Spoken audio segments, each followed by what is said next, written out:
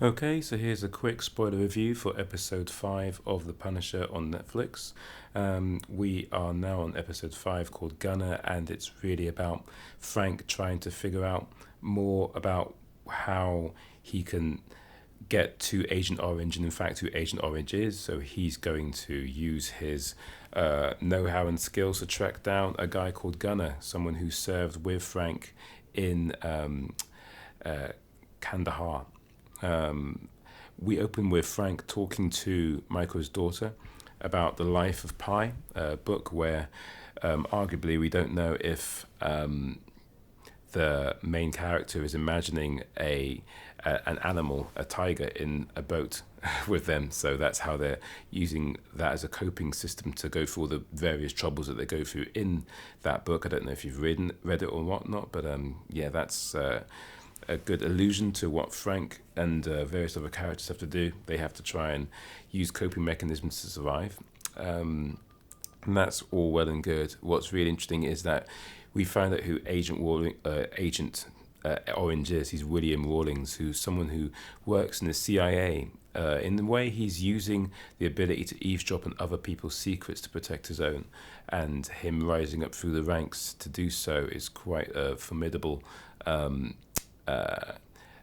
adversarial energy towards Frank, because as we see in this episode, Agent Orange is able to use the military at his disposal, which got me thinking maybe at some point Anvil, owned by Billy Russo, will be used by Agent Orange as a outside army to track down and defeat Frank, now that Agent Orange knows that Frank Castle's actually survived. That would put Billy Russo up against Frank and thus create the adversarial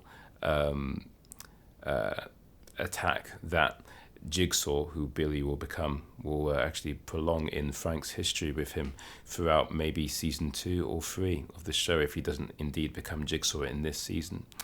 What else do we have to say?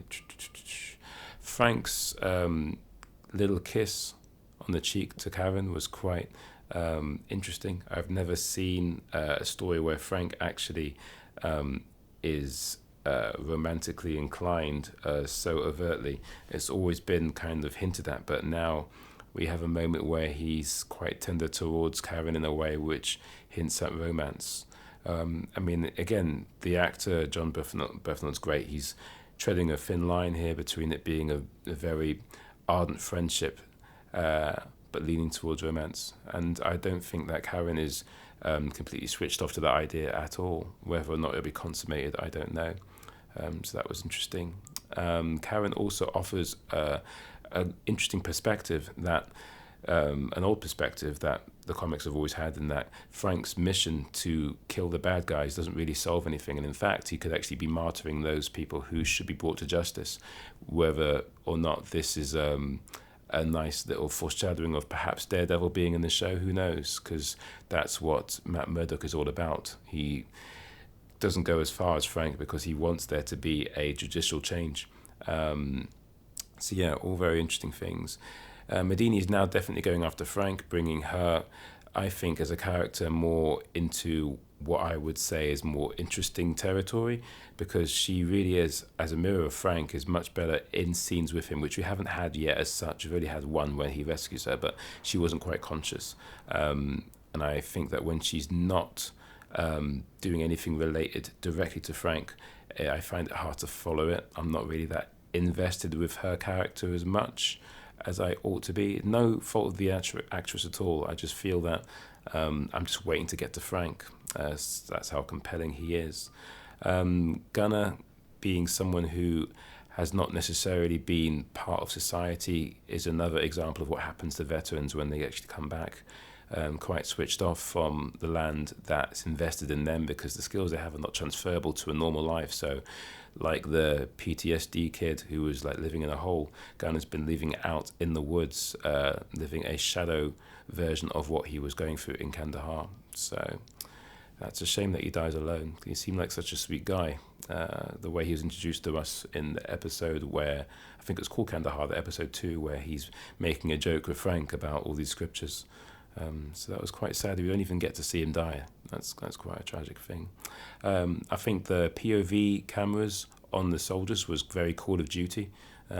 Whether the show is appeasing that audience or not, I'm not sure, but it reminded me of that. Let's see. Frank not making it to dinner with Micro's family is a very nice kind of indication that if Frank were ever to truly have a normal life and be the Punisher, it would be impossible. I don't think in any way, shape, or form Frank feels that he can do both. Unlike, say, Spider-Man or Daredevil, Frank's lifestyle choice and his ability to be this super vigilante means that you can't really have a dividing line between having a normal day job and then being the Punisher. It just isn't congruent at all.